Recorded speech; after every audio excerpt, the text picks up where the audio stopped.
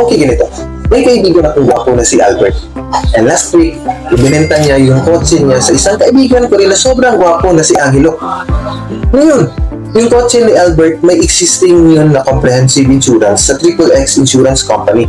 Meaning, covered pa ang sasakyan niya sa kahit anumang aksidente na pwede mangyari. Now, ang tanong, tumawag si Angelo sa akin. Sabi niya, "Hello JB, kakabili ko lang last week sa kotse ni Albert. Tapos after ng sayawan sa may downtown lounge, nasagasaan ko yung asong gala at nasira ang front bumper ng kotse.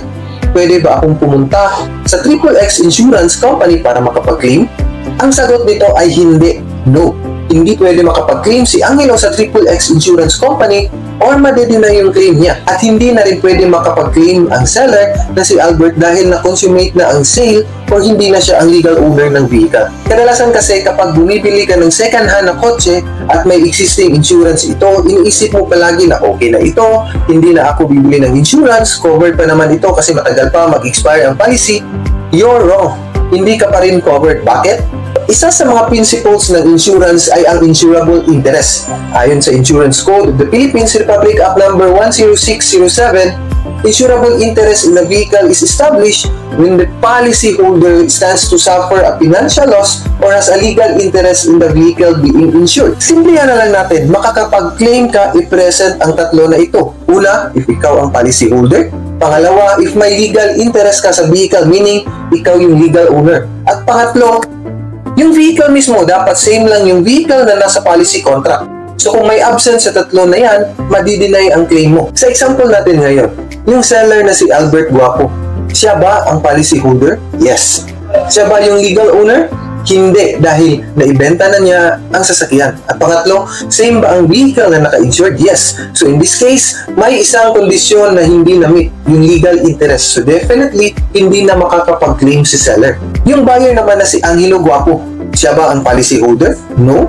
Siya ba ang legal owner? Yes, dahil siya ang bumili ng vehicle. At pangatlo, same ba ang vehicle na naka-insured? Yes. So in this case, may isang kondisyon rin na hindi na-meet, yung policy holder. So definitely hindi rin makakapag-claim si buyer dahil in the eyes of the XXX Insurance Company, ang policy holder ay si Albert or yung seller. So ano sana dapat ginawa ni Angelo as buyer? After the sale ng vehicle, right away pinuntahan niya sana kaagad ang XXX Insurance Company. Dala yung OR, CR, valid ID at yung notarized deed of sale. So after ma-receive ng insurance company ang mga documents na ito, i-endorse nila ito ang policy sa pangalan na ni Angelo as the new owner and new policy holder. So si Angelo na ang policy holder at may legal interest sa property insured. Tandaan, dapat ma-endorse na sa insurance company bago pa man ang nangyaring aksidente, hindi pagkatapos ng aksidente.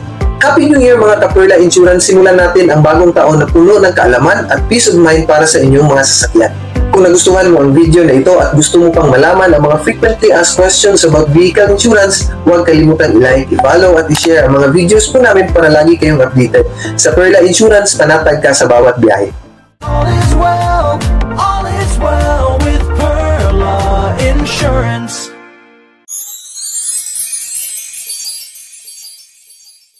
Tataka ba kayo if ano ang mangyayari if hindi nyo binayaran ang kinuha nyo na comprehensive vehicle insurance and installment terms? Ito po ang maaaring mangyari sa inyong policy. Una, ground for denial ng claim. May claim kayo, pwede itong maging ground for denial ng claim ng mga insurance companies. Pangalawa, policy cancellation. Ayon sa Section 64 ng Insurance Code, pwedeng i-cancel ng insurance company ang policy dahil sa non-payment. Pero, kailangan magbigay sila ng advance notice. Sa ganitong kaso, gagamitin ang pro-rata cancellation.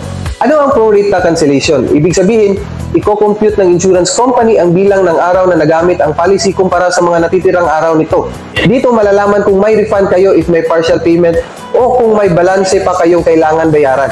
Kung may natitirang balanse pagkatapos ng pro-rata cancellation, may karapatan ang insurance company na kolektahin ito kahit na kansilado na ang policy.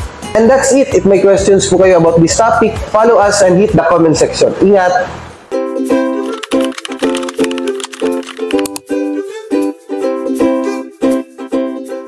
All is well.